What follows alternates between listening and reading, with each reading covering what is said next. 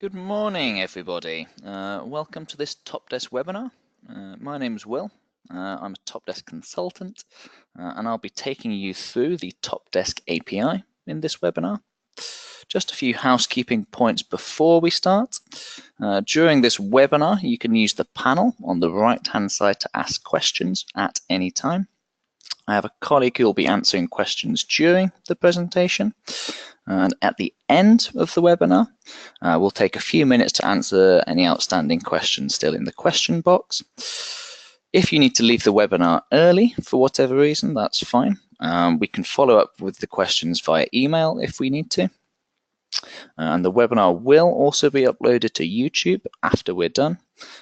So you can finish off the rest of the webinar if you do indeed need to leave early. Can I just finally suggest that if you are not using the panel on the right to ask questions, if you could collapse it for me, please. This just means that it won't be obscuring any of the slides or the demonstration while those are inactive. So with that out of the way, let's begin. So let's begin with a quick introduction of how exactly this webinar is structured. This webinar is aimed at a non-technical audience, and we won't therefore be going into detail about the specifics of the API and how it works in detail. Instead, what we'll do is we'll start off by looking at a broad overview of what exactly an API is. Then we'll look at some of the benefits of using an API, and specifically TOPdesk's API, of course. We'll look at some example integrations which can be built using the API, and then we'll finish off by pointing you in the direction for your next steps if you're interested in getting started with the API. So let's begin then. I want to start then with, of course, what an API actually is, as it's not an obvious topic for people who aren't familiar with software development. This section will be a little bit oversimplified, of course, but this is just so that we can keep it nice and understandable for everybody. And the important points about what an API actually is will still come across, hopefully. So I'm going to begin by starting off with a joke. This is the joke. It goes as follows. What do we want? Natural language processing. When do we want it? And the computer says, when do we want what? I don't know what you're talking about. So it's fine if you don't find this joke funny, of course, but I'd just like to include it because it does highlight that even if we do teach computers to do rather complicated things, they are not good at understanding things like context or subtext. And everything that we do with them has to be made very, very explicit.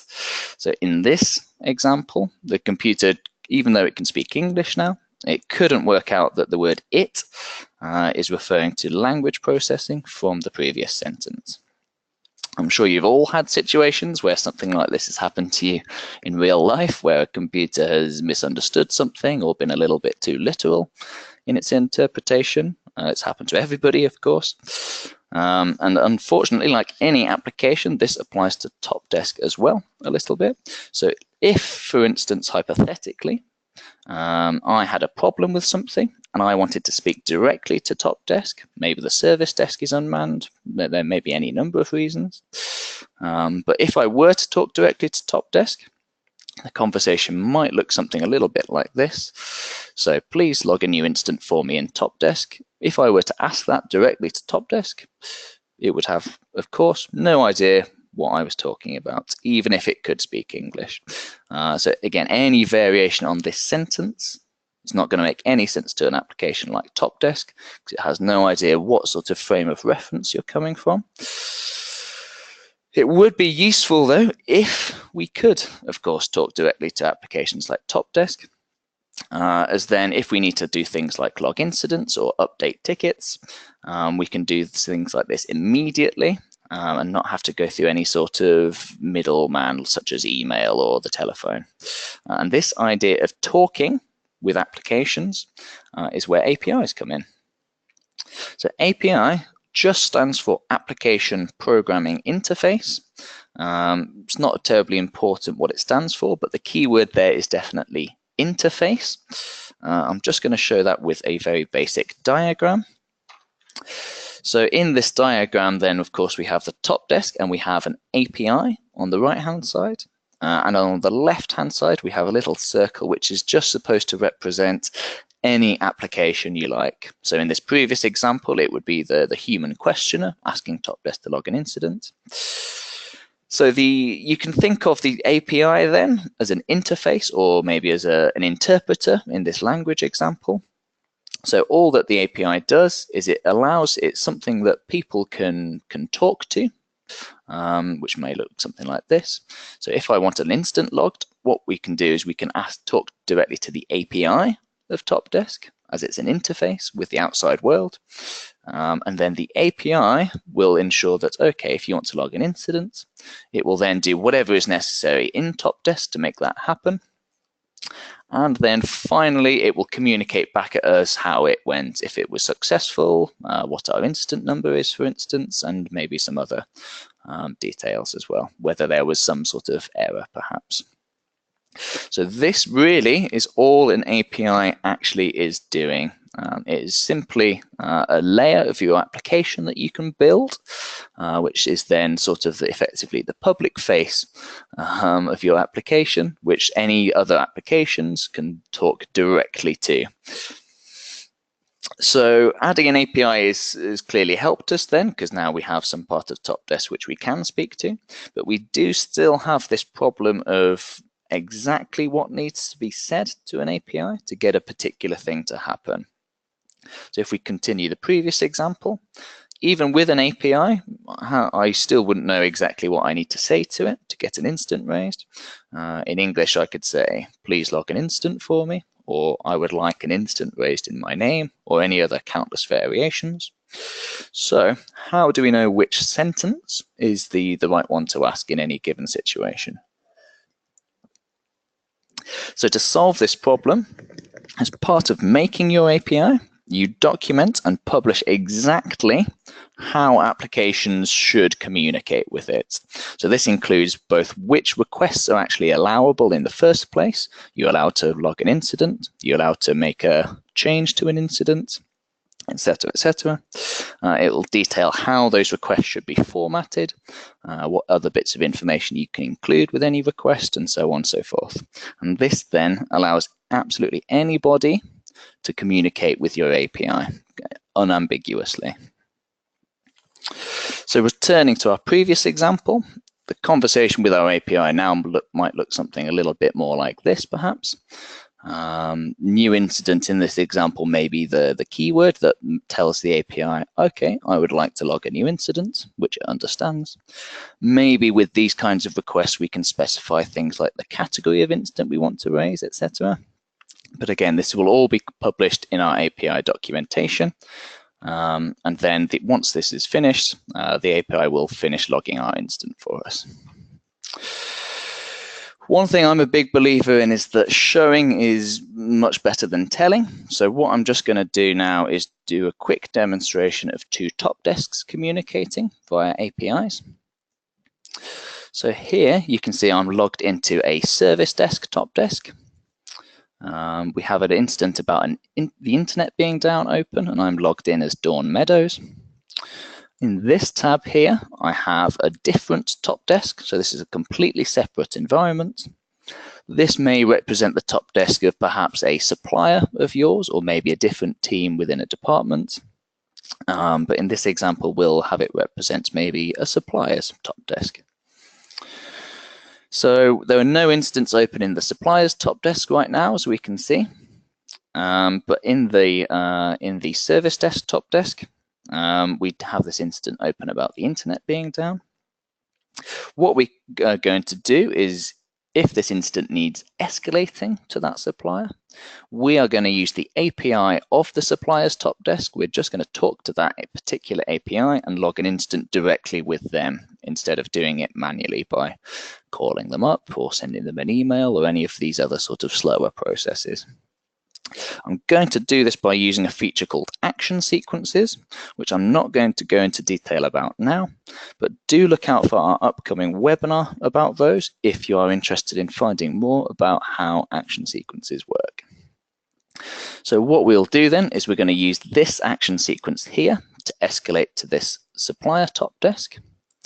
Once I click on that, all I'm telling TOPdesk to do, just like in this example before, is to communicate with that particular TOPdesk's API and log an instance of a particular format. If I refresh this list now, we see that we now have an incident in this TOPdesk. I'm just going to open that up. So we can see that things like the caller of the TOPdesk at Dawn Meadows has been filled in. We have some descriptions of the incident and various other fields. Just for examples purposes, we've kept this brief, but of course we could fill in details slightly differently if we needed to, or additional fields. What we've also done as well is we've filled in the external number of this incident as the original incident number. And this allows the supplier to have a reference of, okay, this is the incident number in the original TOPdesk. Finally, because the service desk TOPdesk has its own API as well, of course, we can also communicate with that. So what this sequence has also done is made a note that this was escalated successfully. It's given us the external ticket number, and it's also filled that into the external number of the original incident, so that now both teams have an idea of how the incident is referred to in the opposing team's TOPdesk. This information of the incident number, of course, has come from the response from the other API as well. And this is one of the features which APIs now enable us to do, which were not possible previously with TOPdesk, except via bespoke work. So APIs hopefully now sound like an interesting idea to you, but maybe you're not sure why exactly we should put time into developing integrations with them. I'm just going to run through some of the benefits of using the API now. The best thing about the APIs is that they are future-proof. What that means is that, again, it contrasts with bespoke work, which was the old way of modifying TOPdesk or getting TOPdesk to link with external applications. The way bespoke work worked is that if you wanted to change TOPdesk, you would have to effectively hire a developer to make some custom package of software for your particular need. But if the way that TOPdesk worked in the background would change in an update, for instance, you would also need to change this particular bespoke package of software, which means that it will slow down the frequency with which you can update your TOPdesk. The API is designed in such a way that if incidents, let's say, are logged in a totally new way in the background of TOPdesk, it doesn't matter to the API. The commands that we use to communicate with the API need not change. What the developers can do is simultaneously update the API to use these new rules of doing things in the background, and then whatever integration you construct with the API will still continue to function then if TOPdesk changes. So this future-proof aspect of integrations not breaking with updates is one really big selling point of the API. Another quite popular feature of them is that they are free. So the TOPdesk API is just a standard part of TOPdesk as of the modern versions now. So if you're a SaaS customer, for instance, you will already know that the API is activated in your environment and it is available for you to use whenever you like. Again, because TOPdesk is now just standardized with the API, there's no need anymore for these bespoke packages to be used. So it's been able to be made freely available for all customers to use. So because the API is standardized, if you build an integration with application A, for instance, we already know that we can then use that exact same integration elsewhere if we needed to, as it relies on this standardized framework of the API. So what we can start doing then is standard integrations can be published on the marketplace, which I'll show you later, which everybody can use. And again, this relies on the fact that the API is standardized across all TOPdesk environments. So something that works with one API will work with another API as well. Finally, I just want to cover the fact that, again, the API is a lot more flexible than the previous methods of communication. The old-fashioned way of doing things is very mainly relies on things like HTTP requests, which I'm sure some veteran customers are familiar with. Not only is the API easier to use than all of these old methods, but it also allows much more intelligent actions, such as in the example we saw earlier, when we updated our original TOPdesk based off a response from the second TOPdesk. So all of these things are now a lot more powerful, and it's all thanks to the API. So they sound like a good idea in theory then, hopefully. But I just want to run you through a couple of specific examples of integrations that we can actually build with the API now. So starting off with an application called Jira. So I'm sure many organizations among you, the attendees, are used to doing things alongside TOPdesk as well. So if you're using a different tool such as Jira, you may decide that you need to take some information from TOPdesk and use that to begin processes in a different tool, perhaps, such as software development. Jira is a particular tool that also has its own API. And because of this, what we can do is, just like we saw earlier, we can have TOPdesk send information to Jira to create things like tickets and issues and whatnot. And then again, update the relevant part of TOPdesk with the response from the application, such as maybe the issue number of the thing that's created in Jira. And again, this is one of the standard integrations, which is now available on the marketplace, which I'll show you a little bit later. So on-premises customers, because they have access to their own TOPdesk database, it's always been possible for them to create their own bespoke reports with the data because they have such direct access to it. Previously on SaaS, because there was no direct database access, it wasn't possible to do reports in this way. There were some workarounds, but it was not as easy as when you were on premises. Thanks to the new reporting API, now SaaS customers can also just achieve this functionality straight away as well by using our new reporting OData feed. They can just query TOPdesk directly for the data that it has and run whatever reports in whatever compatible program you wish to, such as Microsoft Power BI or Microsoft Excel, perhaps.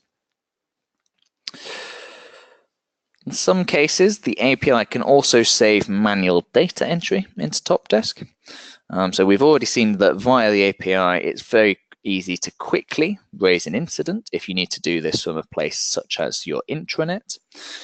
We can also automate things like the creation of persons then, as can anything else with a corresponding API endpoint.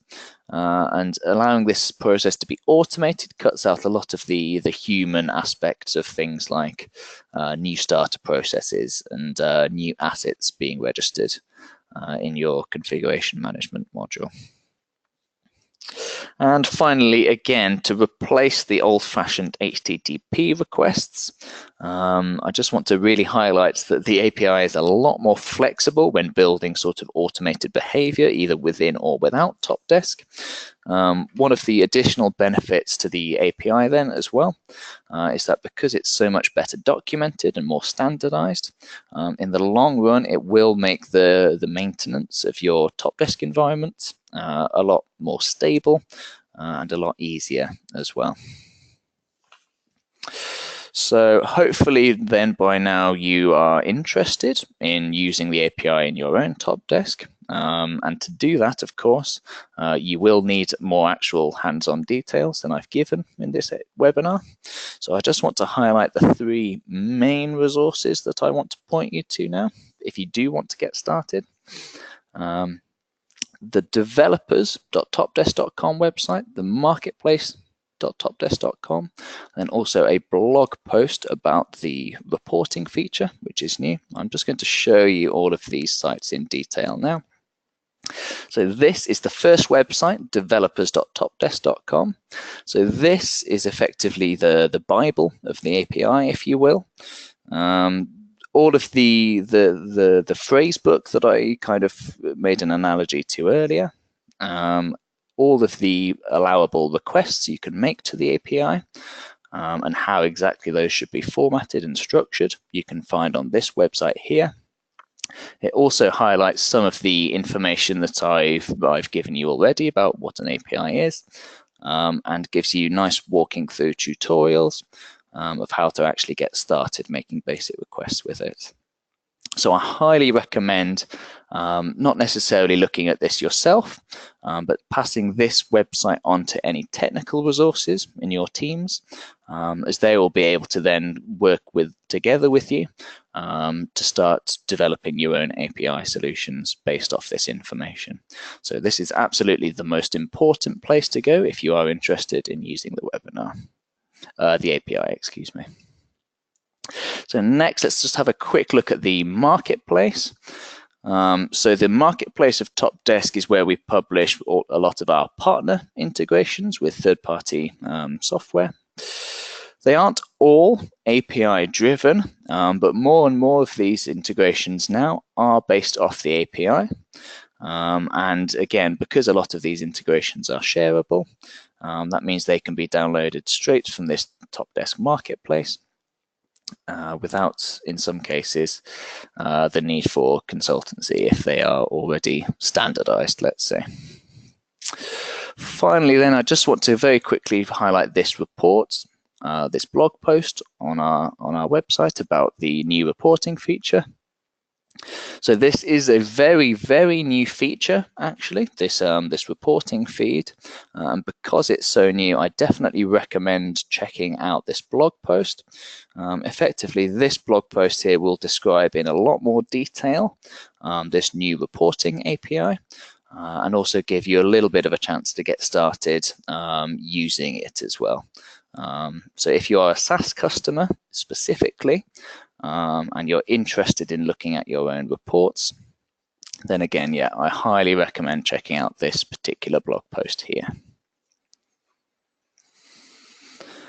Okay, so that actually concludes the API webinar for the time being then. So I hope you all found it useful and it made sense, all of the explanations. What we'll do now is we are just going to answer any outstanding questions in the questions box. And then once we've finished with that, we'll end the broadcast and upload the webinar to YouTube, where you can watch it if you want to go over any parts that you saw already. So thank you all for coming, and I hope to see you again in the next webinar. Cheers.